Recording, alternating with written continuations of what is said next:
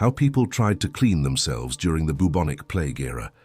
That single question carries within it one of the most terrifying chapters in human history. A time when the air itself seemed poisoned, when entire families vanished in a matter of days, and when the simplest act of washing your own body became a matter of life and death. But here is what most people never learned in school. The ways people attempted to stay clean during the Great Pestilence were not just desperate.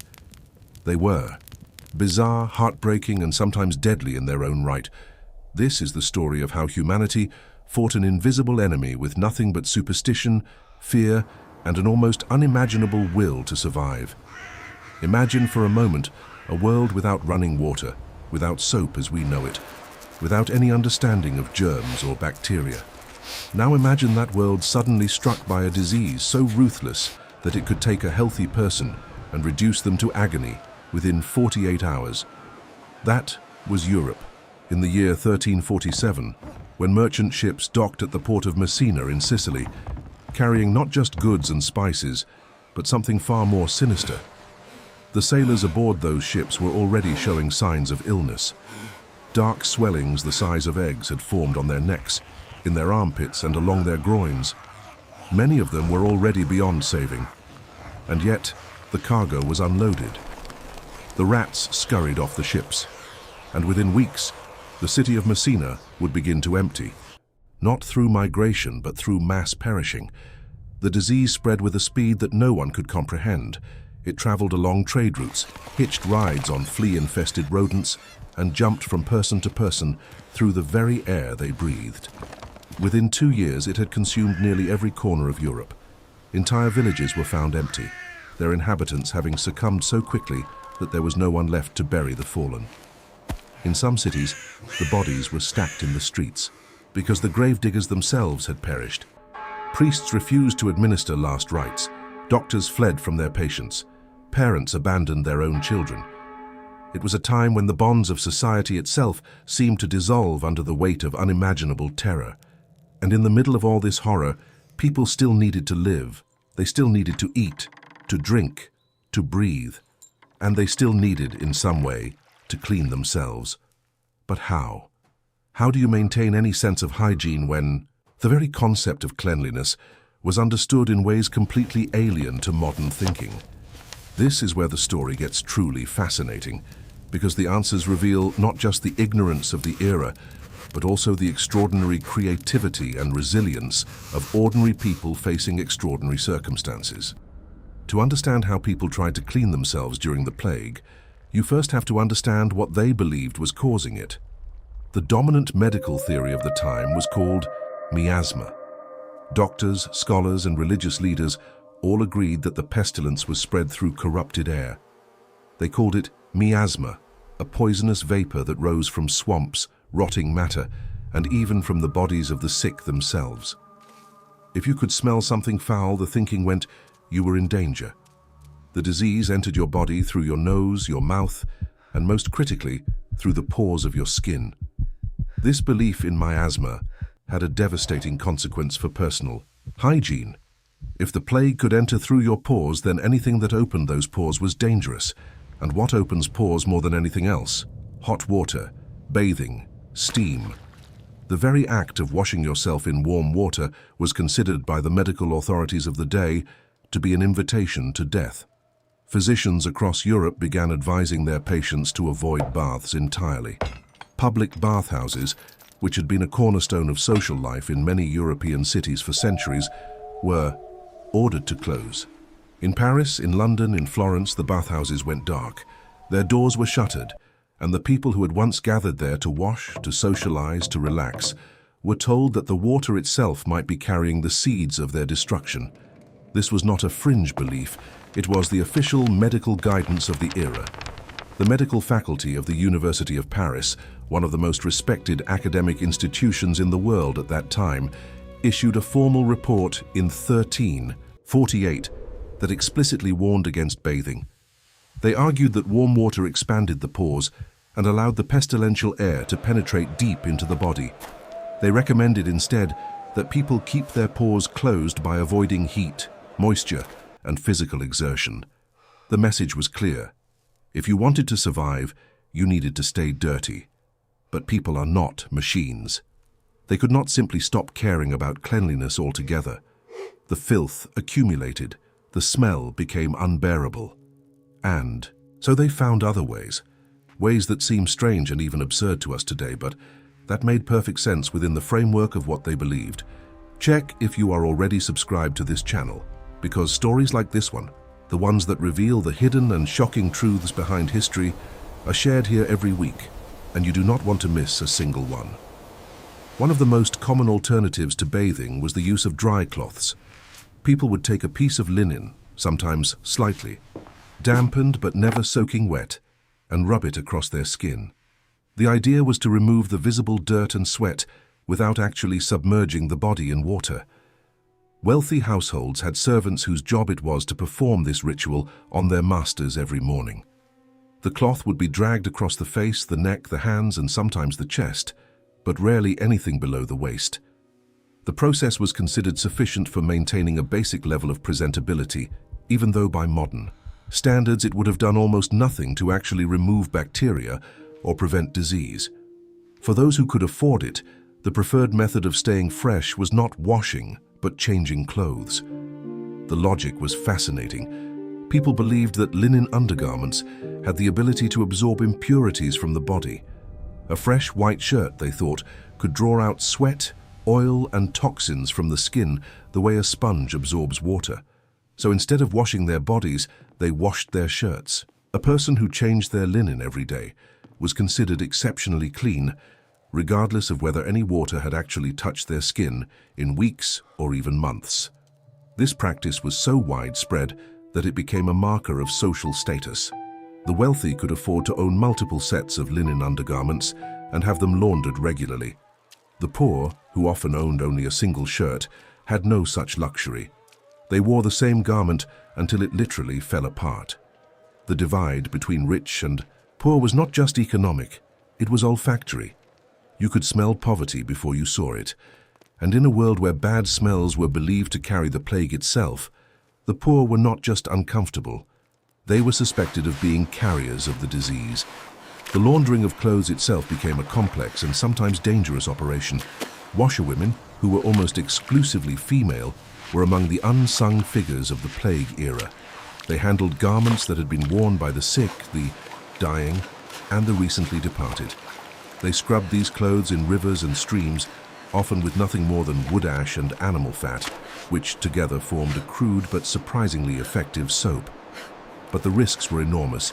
Many washerwomen contracted the illness through their work, handling contaminated fabrics with their bare hands, breathing in the dust and particles that rose from the cloth as they beat it against stones. There is a record from the city of Florence that tells of a group of washerwomen who were hired to clean the linens from a household where everyone had perished. Within a week, 3 of the 4 women were showing symptoms. Only 1 survived. And yet, the demand for clean laundry never stopped. People were terrified of the plague, but they were also terrified of being seen as unclean, because uncleanliness was associated with moral failure as much as physical danger. This brings us to another critical dimension of hygiene during the plague era, the role of smell. If bad air caused the disease, then the logical defense was to surround yourself with good air. And good air meant pleasant smells. This gave rise to one of the most iconic images of the plague era, the pomander. A pomander was a small ball or container filled with aromatic substances. Cloves, cinnamon, rose petals, camphor, ambergris. The wealthy carried pomanders made of gold or silver, intricately designed and filled with the most expensive spices available. They held these to their noses as they walked through the streets, creating a small bubble of fragrant air around themselves as a shield against the miasma. But pomanders were just the beginning. People soaked handkerchiefs in vinegar and pressed them against their faces. They burned juniper, rosemary, and frankincense in their homes, filling the rooms with thick, aromatic smoke. Some physicians recommended that patients breathe over a latrine, on the theory that one powerful smell could overpower and neutralize another. Others suggested that keeping a goat in the house would be beneficial, as the strong smell of the animal could absorb the poisonous vapors before they reached the human occupants. The famous plague doctors, those eerie figures in their long, dark robes and bird-like masks, were the embodiment of this aromatic philosophy. The beak of the mask was not merely decorative, it was a filter, stuffed with dried flowers, herbs, camphor, and sometimes sponges soaked in vinegar. The doctor breathed through this botanical barrier, believing that it purified the air before it entered his lungs. It was, in a sense, the medieval equivalent of a gas mask.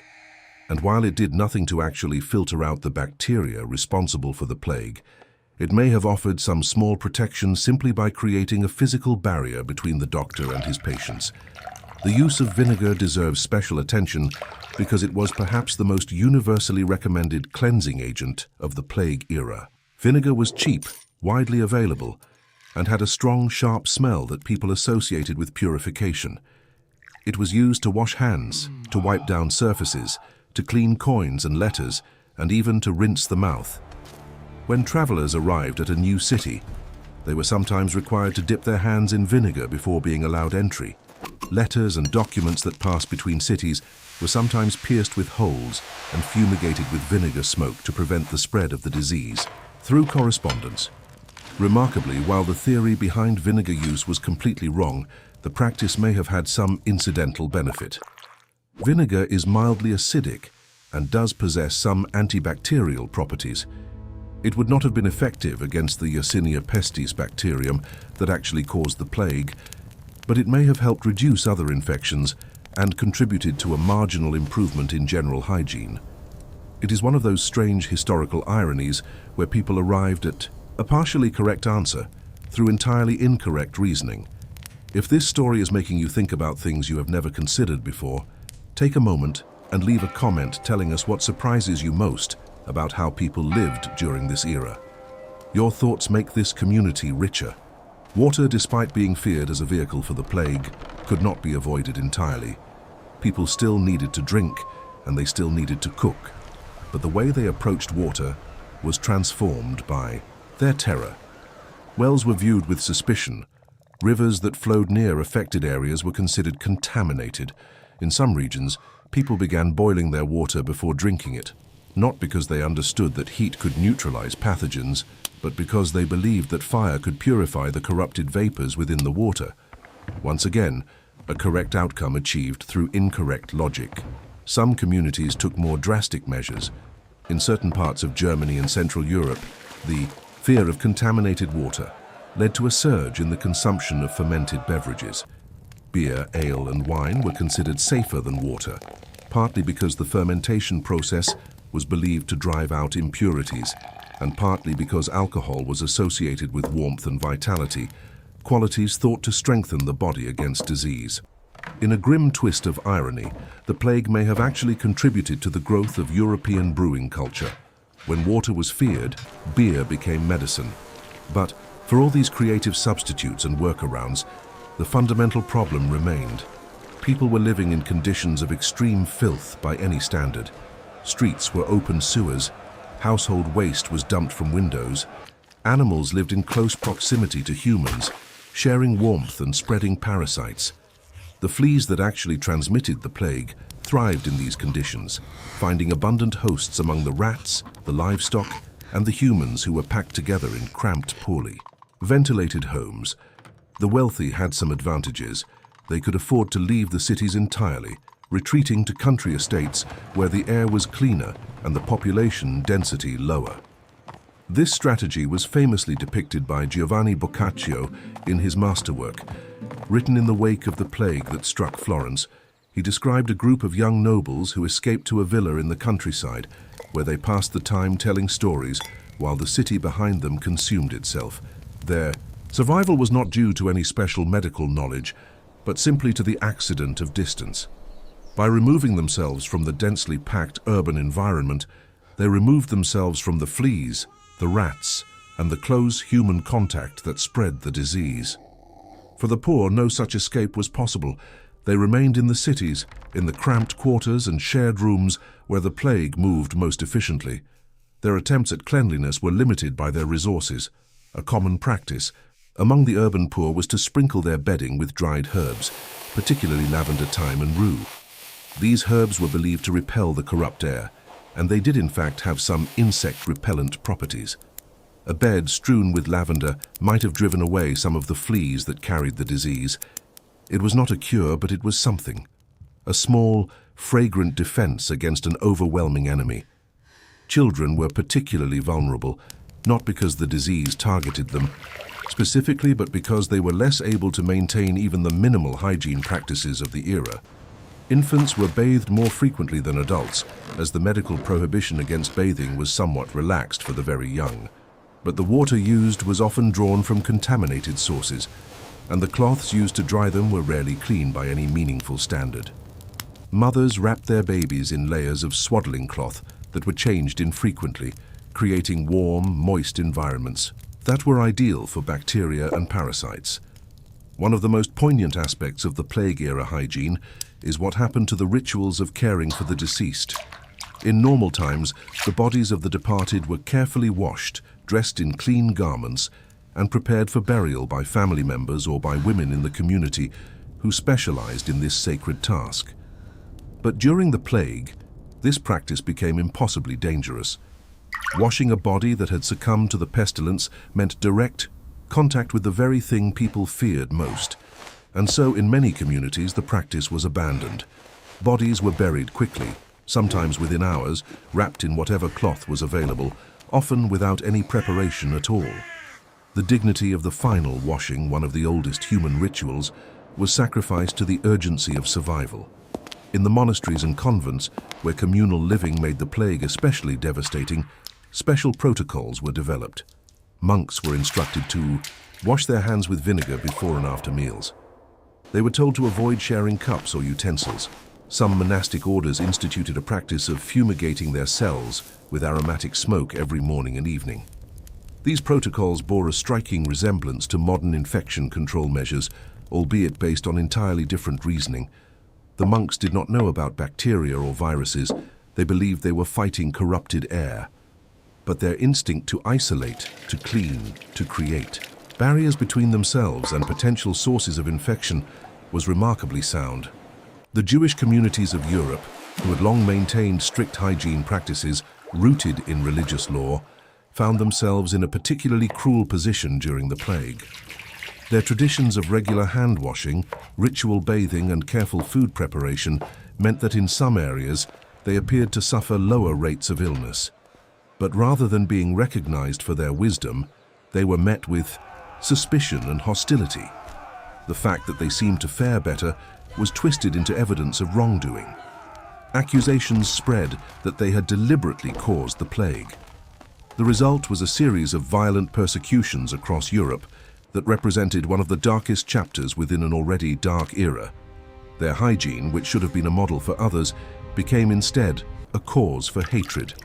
It is a reminder of how fear can corrupt even the most obvious evidence into a weapon of cruelty. The first wave of the plague began to subside in the early 1350s, people slowly began to re-emerge into something resembling normal life. But the world they returned to was fundamentally changed. The population of Europe had been reduced by roughly a third. Entire trades and professions had lost their practitioners. The social structures that had defined medieval life were shattered, and the habits of hygiene that had developed during the plague years persisted long after the immediate danger had passed. The fear of bathing in particular proved remarkably durable. Public bathhouses did not simply reopen when the plague receded. Many remained closed for decades. Some never reopened at all. The cultural association between water, open pores, and disease had become deeply embedded in the European psyche. It would take centuries, literally centuries, before the medical establishment fully reversed its position on bathing. As late as the 17th century, physicians were still recommending that people avoid frequent immersion in water. Louis XIV of France, the Sun King himself, is said to have taken only 3 baths in his entire adult life. His personal physician advised against more, warning that water weakened the constitution. The irony, of course, is staggering. The very practice that might have offered some real protection against disease, regular washing with clean water, was the one thing that the medical authorities of the plague era most strenuously warned against. Meanwhile, the practices they recommended, carrying pomanders, burning herbs, changing linen, had little or no effect on the actual mechanism of transmission. The plague was spread by fleas, carried by rats, and caused by a bacterium that cared nothing for the smell of rose petals or the acidity of vinegar. But it would be a mistake to simply mock the people of the plague era for their ignorance. They were working with the best knowledge available to them. They were trying desperately to make sense of a catastrophe that defied all their frameworks of understanding, and many of their instincts, while based on incorrect theories, pointed in directions that would eventually prove valuable.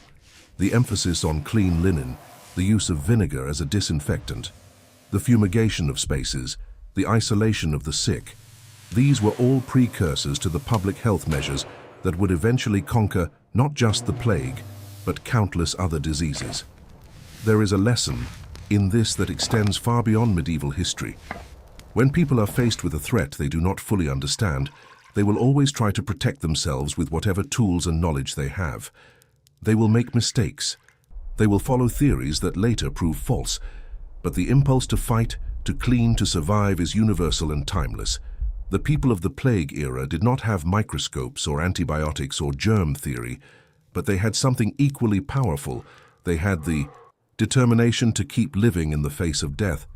They had the creativity to find solutions, however imperfect, to problems that seemed insurmountable. And they had the resilience to rebuild their world after it had been torn apart.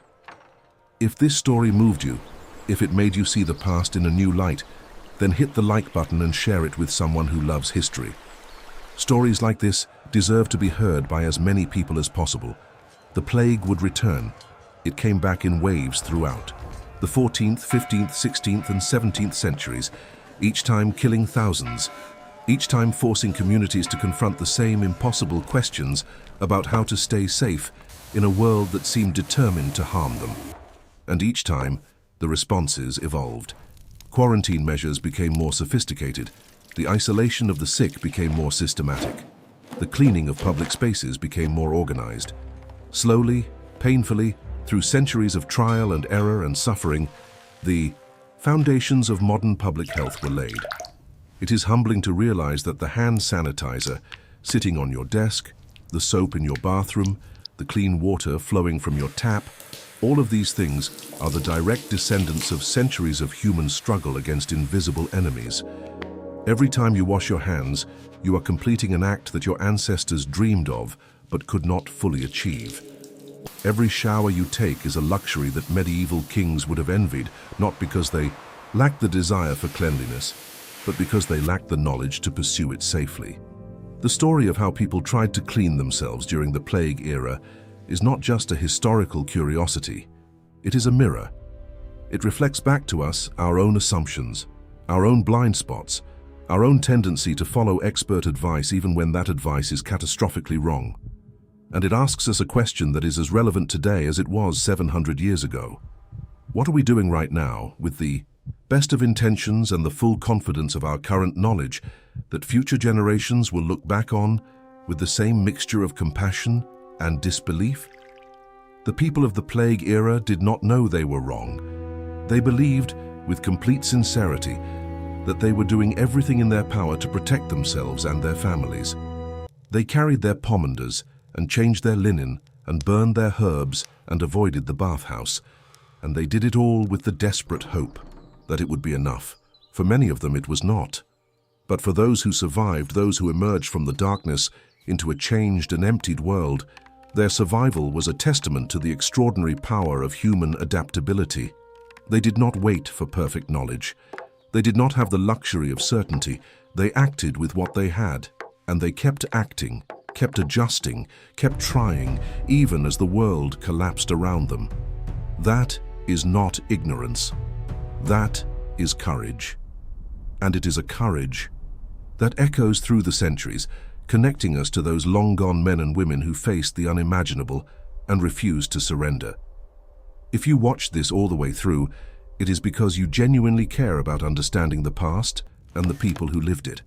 Leave a comment saying, "I watched until the end so I can know who you are," and recognize the ones who truly appreciate the stories shared on this channel. Make sure you are subscribed so you never miss another deep dive into the stories that shaped our world. Hit the like button if this changed the way you think about history, and share this with a friend who would find it as fascinating as you did. Until next time, stay curious, stay grateful, and never stop asking questions about the world that came before us.